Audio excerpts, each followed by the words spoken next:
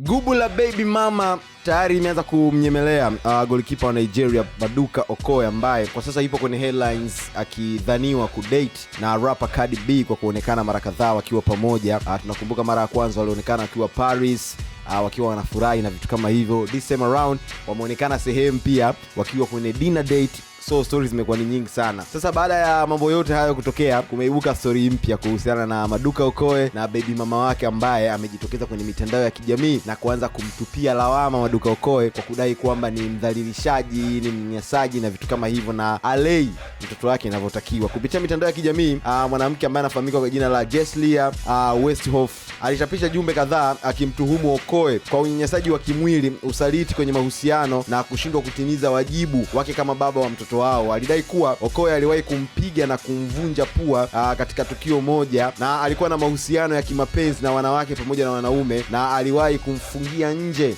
yeye pamoja na mtoto wao. Pia alimtuhumu kwa kutokumlea mtoto wao ipasavyo, licha ya kwamba alimsaidia kifedha na kusimama naye alipokuwa akijitafuta na akijijenga kisoka zaidi. Machapisho hayo yameezua mijadala mingi kwenye mitandao ya kijamii, na pia iliambatana na picha zilizoonyesha majeraha na michubuko. Jeslia alisema kuwa alimsaidia Okoye wakati ambao hakuwa na watu wengi waliokuwa wakimuunga mkono, na kwa muda mrefu alinyamaza ili kulinda taswira yake mbele ya umma. Alidai kuwa alimpa fedha, alisimama naye katika nyakati ngumu, lakini sasa anahisi amedharauliwa na kuaibishwa. Madai hayo yalianza kusikika kwa nguvu mwishoni mwa mwaka 2024.